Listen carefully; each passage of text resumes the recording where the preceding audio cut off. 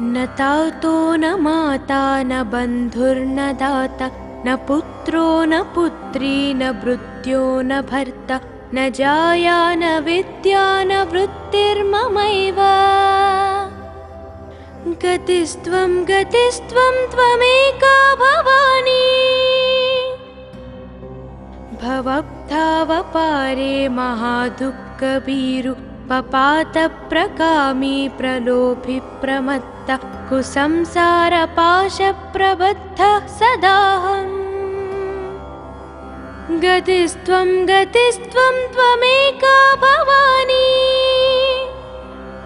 न जानामि दानं न चाध्यानयोगं न जानामि तन्त्रं न च स्तोत्रमन्त्रं न जानामि पूजं न चान्यासयोगम्।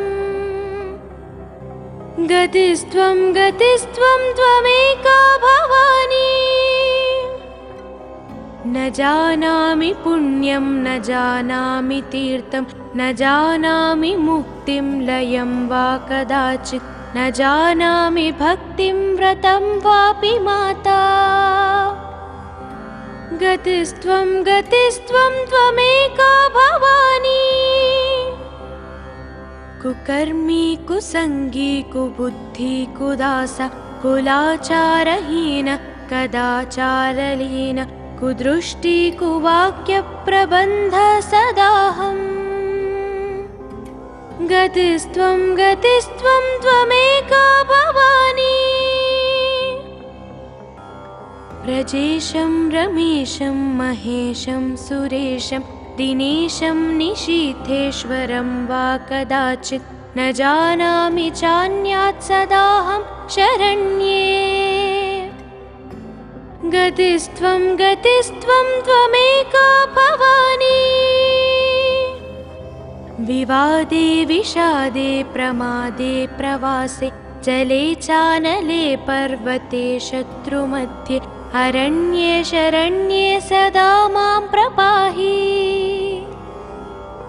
गतिस्त्वं गतिस्त्वं त्वमेका भवानी अनाथो दरिद्रो जरारोगयुक्तो महाक्षीणदीन सदा जाड्यवक्त्र विपत्तौ प्रविष्टः प्रणष्टः सदाहम्। गतिस्त्वं गतिस्त्वं त्वमेका भवानी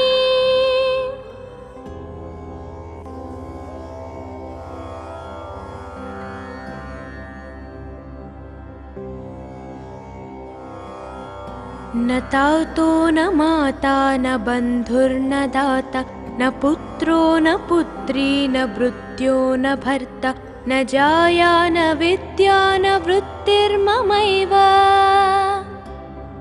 गतिस्त्वं गतिस्त्वं त्वमेका भवानी भवब्धावपारे महादुःखभीरु पपातप्रकामी प्रलोभि प्रमत्ता कुसंसारपाशप्रबद्धः सदाहम्। गतिस्त्वं गतिस्त्वं त्वमेका भवानी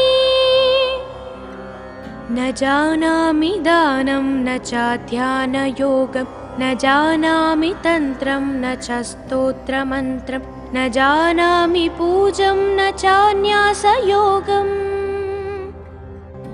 गतिस्त्वं गतिस्त्वं त्वमेका भवानी न जानामि पुण्यं न जानामि तीर्थं न जानामि मुक्तिं लयं वा कदाचित् न जानामि भक्तिं व्रतं वापि माता। गतिस्त्वं गतिस्त्वं त्वमेका भवानी कुकर्मी कुसंगी कुबुद्धि कुदासा कुलाचारहीन कदाचारलीन कुदृष्टि कुवाक्यप्रबन्ध सदाहम्। गतिस्त्वं गतिस्त्वं त्वमेका भवानी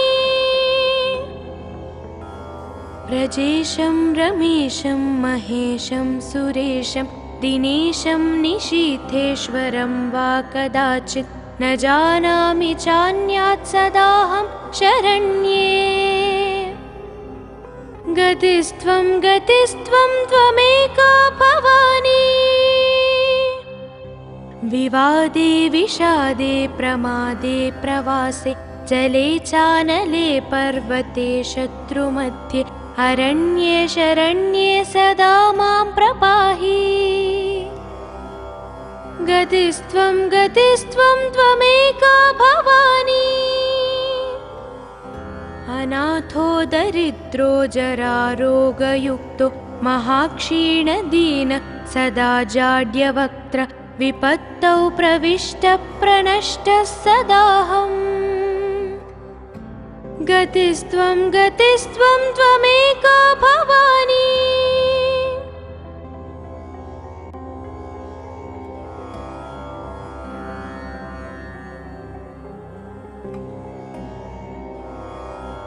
न तातो न माता न बन्धुर्न दाता न पुत्रो न पुत्री न भृत्यो न भर्ता न जाया न विद्या न वृत्तिर्ममैव।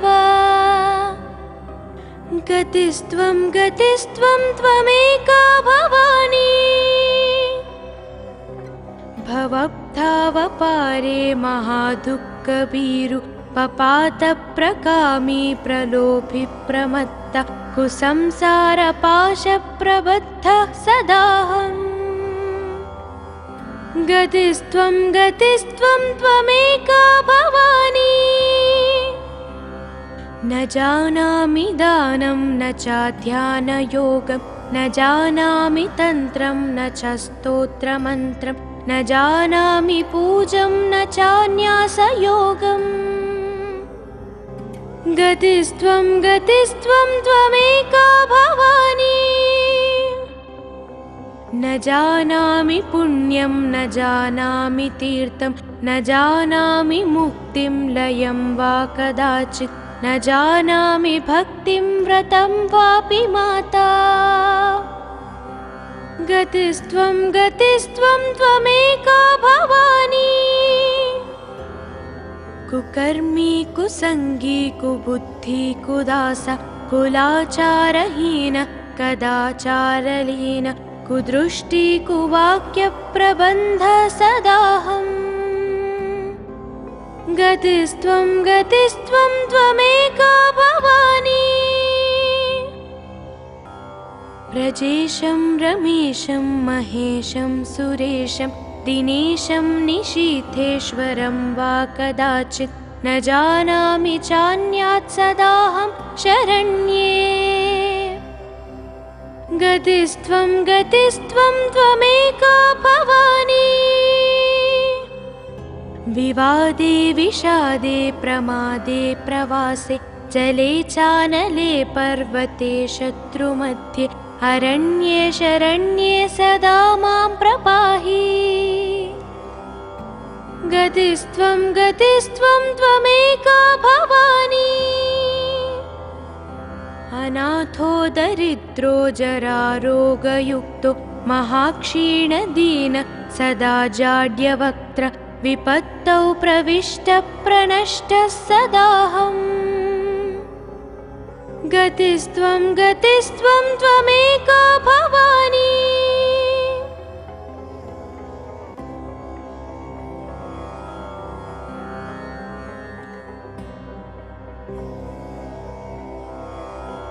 न तातो न माता न बन्धुर्न दाता न पुत्रो न पुत्री न भृत्यो न भर्ता न जाया न विद्या न वृत्तिर्ममैव। गतिस्त्वं गतिस्त्वं त्वमेका भवानी। भवब्धावपारे महादुःखभीरु पपातप्रकामी प्रलोभि प्रमत्त कुसंसारपाशप्रबद्धः सदाहम्। गतिस्त्वं गतिस्त्वं त्वमेका भवानी। न जानामि दानं न चाध्यानयोगं न जानामि तन्त्रं न च स्तोत्रमन्त्रं न जानामि पूजं न चान्यासयोगम्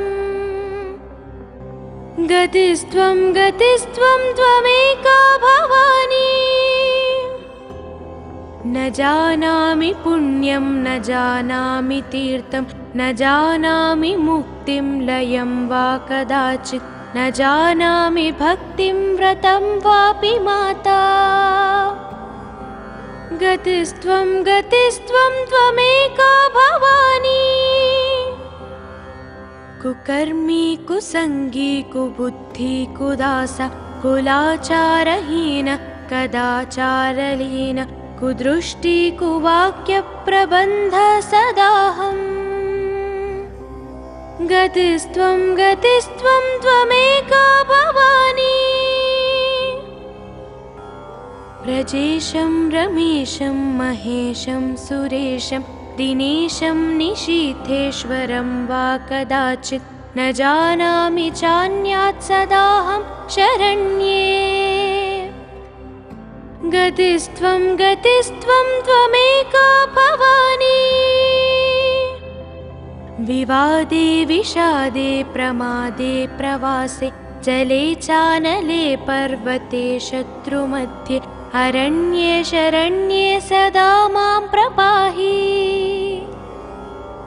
गतिस्त्वं गतिस्त्वं त्वमेका भवानी अनाथो दरिद्रो जरारोगयुक्तो महाक्षीणदीन सदा जाड्यवक्त्र विपत्तौ प्रविष्टः प्रणष्टः सदाहम् गतिस्त्वं गतिस्त्वं त्वमेका भवानी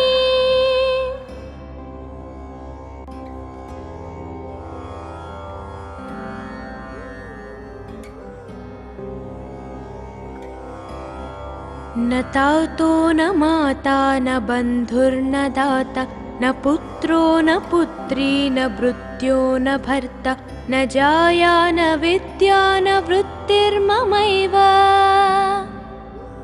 गतिस्त्वं गतिस्त्वं त्वमेका भवानी भवब्धावपारे महादुःखभीरु पपातप्रकामी प्रलोभि प्रमत्त कुसंसारपाशप्रबद्धः सदाहम् गतिस्त्वं गतिस्त्वं त्वमेका भवानी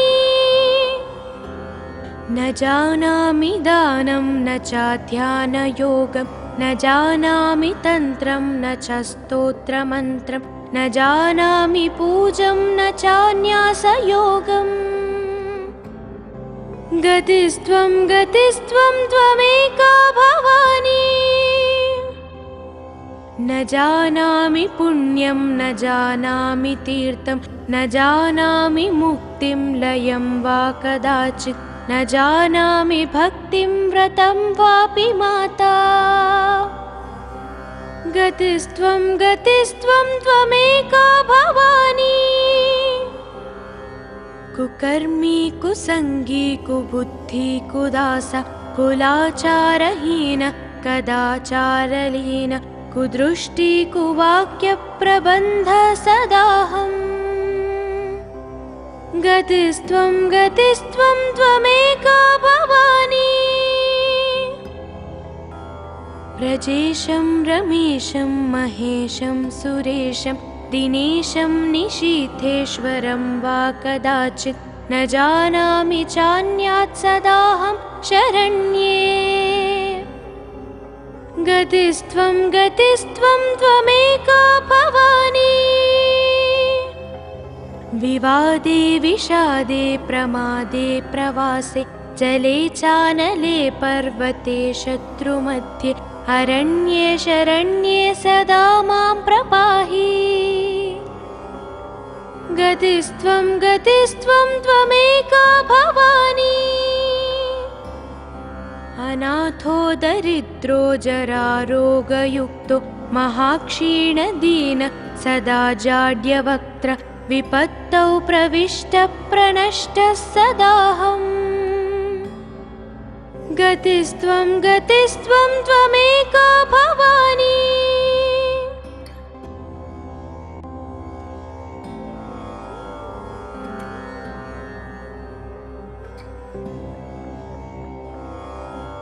न तातो न माता न बन्धुर्न दाता न पुत्रो न पुत्री न भृत्यो न भर्ता न जाया न विद्या न वृत्तिर्ममैव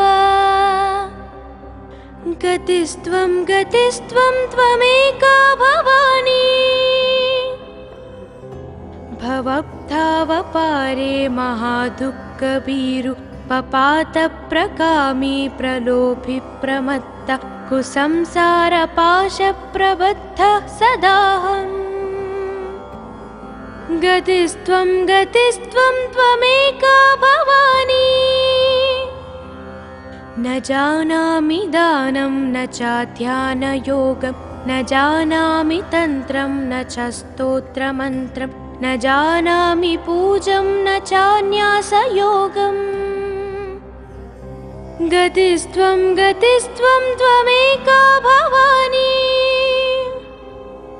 न जानामि पुण्यं न जानामि तीर्थं न जानामि मुक्तिं लयं वा कदाचित् न जानामि भक्तिं व्रतं वापि माता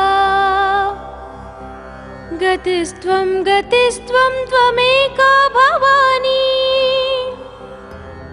कुकर्मी कुसंगी कुबुद्धि कुदास कुलाचारहीन कदाचारलीन कुदृष्टि कुवाक्यप्रबन्ध सदाहम्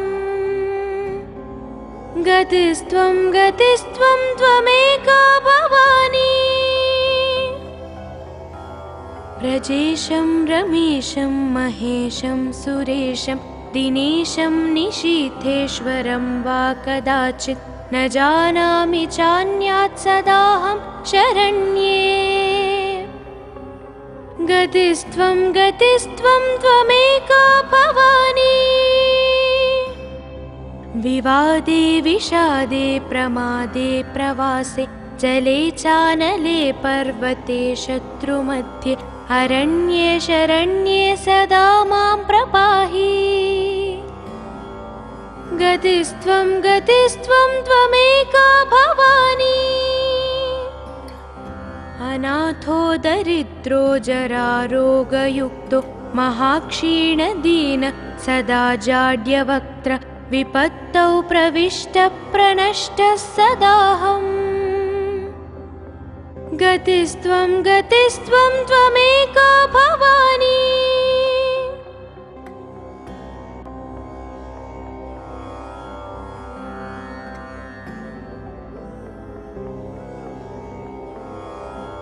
न तातो न माता न बन्धुर्न दाता न पुत्रो न पुत्री न भृत्यो न भर्ता न जाया न विद्या न वृत्तिर्ममैव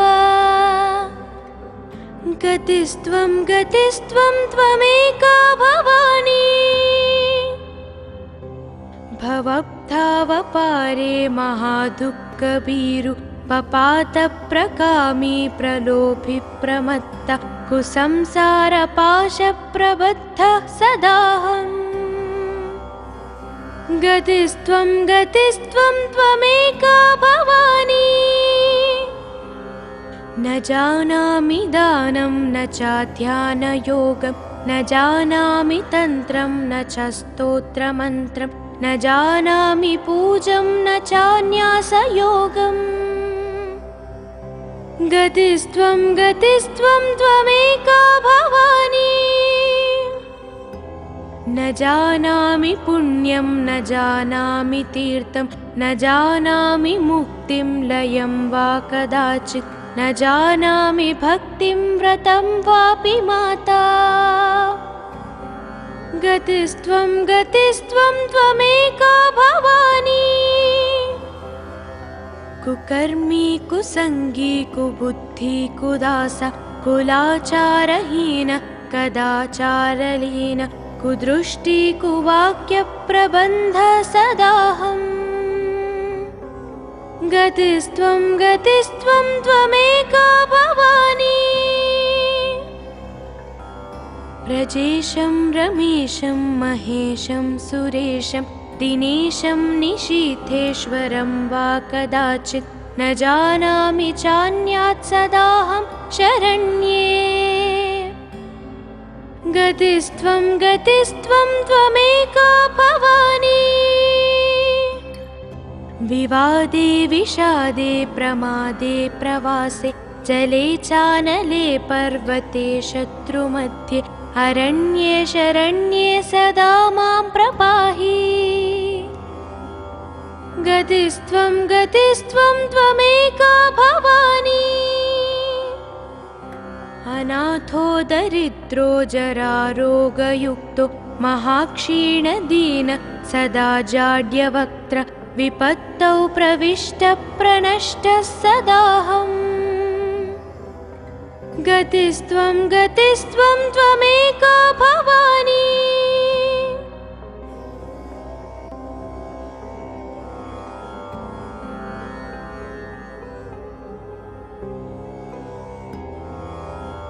न तातो न माता न बन्धुर्न दाता न पुत्रो न पुत्री न भृत्यो न भर्ता न जाया न विद्या न वृत्तिर्ममैव। गतिस्त्वं गतिस्त्वं त्वमेका भवानी। भवब्धावपारे महादुःखभीरु पपातप्रकामी प्रलोभि प्रमत्त कुसंसारपाशप्रबद्धः सदाहम्। गतिस्त्वं गतिस्त्वं त्वमेका भवानी। न जानामि दानं न चाध्यानयोगं न जानामि तन्त्रं न च स्तोत्रमन्त्रं न जानामि पूजं न चान्यासयोगम्। गतिस्त्वं गतिस्त्वं त्वमेका भवानी। न जानामि पुण्यं न जानामि तीर्थं न जानामि मुक्तिं लयं वा कदाचित् न जानामि भक्तिं व्रतं वापि माता। गतिस्त्वं गतिस्त्वं त्वमेका भवानी। कुकर्मी कुसंगी कुबुद्धि कुदास कुलाचारहीन कदाचारलीन कुदृष्टि कुवाक्यप्रबन्ध सदाहम्। गतिस्त्वं गतिस्त्वं त्वमेका भवानी। व्रजेशं रमेशं महेशं सुरेशं दिनेशं निशीथेश्वरं वा कदाचित् न जानामि चान्यात् सदाहं शरण्ये। गतिस्त्वं गतिस्त्वं त्वमेका भवानी। विवादे विषादे प्रमादे प्रवासे जले चानले पर्वते शत्रुमध्ये अरण्ये शरण्ये सदा मां प्रपाहि। गतिस्त्वं गतिस्त्वं त्वमेका भवानी। अनाथो दरिद्रो जरारोगयुक्तो महाक्षीणदीन सदा जाड्यवक्त्र विपत्तौ प्रविष्टप्रणष्टः सदाहम्। गतिस्त्वं गतिस्त्वं त्वमेका भवानी।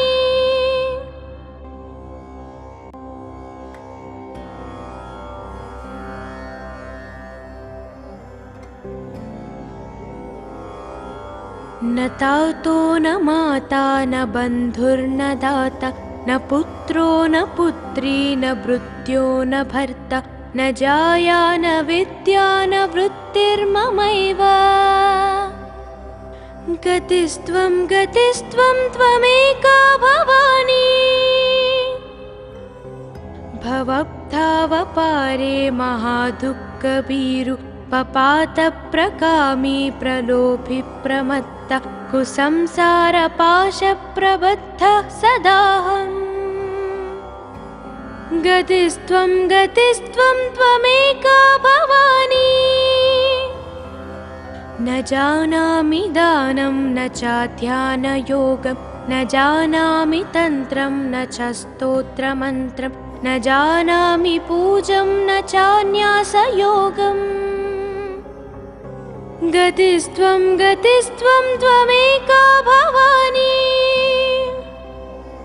न जानामि पुण्यं न जानामि तीर्थं न जानामि मुक्तिं लयं वा कदाचित् न जानामि भक्तिं व्रतं वापि माता गतिस्त्वं त्वमेका भवानी कुकर्मी कुसंगी कुबुद्धि कुदास कुलाचारहीन कदाचारलीन कुदृष्टि कुवाक्य प्रबन्ध सदाहम् गतिस्त्वं त्वमेका भवानी व्रजेशं रमेशं महेशं सुरेशं दिनेशं निशीथेश्वरं वा कदाचित् न जानामि चान्यात् सदाहं शरण्ये गतिस्त्वं त्वमेका भवानी विवादे विषादे प्रमादे प्रवासे जले चानले पर्वते शत्रुमध्ये अरण्ये शरण्ये सदा मां प्रपाहि गतिस्त्वं त्वमेका भवानी अनाथो दरिद्रो जरारोगयुक्तो महाक्षीणदीन सदा जाड्यवक्त्र विपत्तौ प्रविष्टः प्रणष्टः सदाहम् गतिस्त्वं त्वमेका भवानी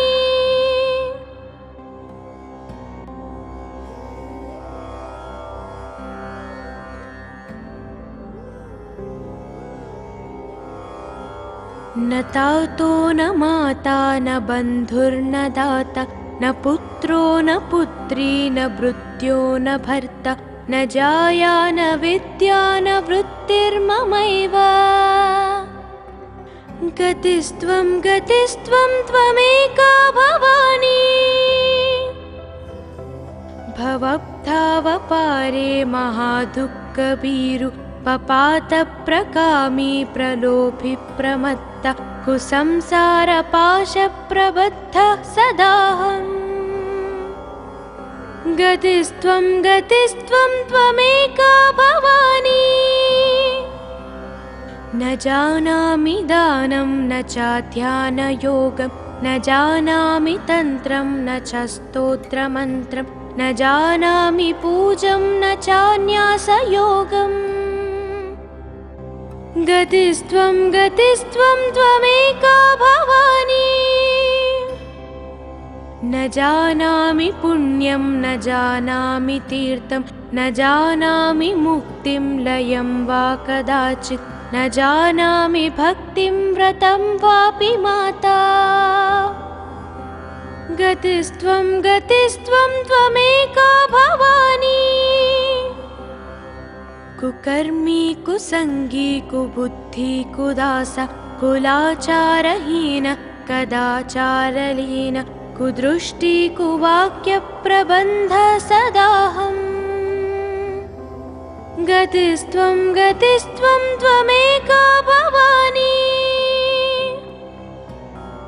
व्रजेशं रमेशं महेशं सुरेशं दिनेशं निशीथेश्वरं वा कदाचित् न जानामि चान्यात् सदाहं शरण्ये गतिस्त्वं त्वमेका भवानी विवादे विषादे प्रमादे प्रवासे जले चानले पर्वते शत्रुमध्ये अरण्ये शरण्ये सदा मां प्रपाहि गतिस्त्वं त्वमेका भवानी अनाथो दरिद्रो जरारोगयुक्तो महाक्षीणदीन सदा जाड्यवक्त्र विपत्तौ प्रविष्टः प्रणष्टः सदाहम् गतिस्त्वं त्वमेका भवानी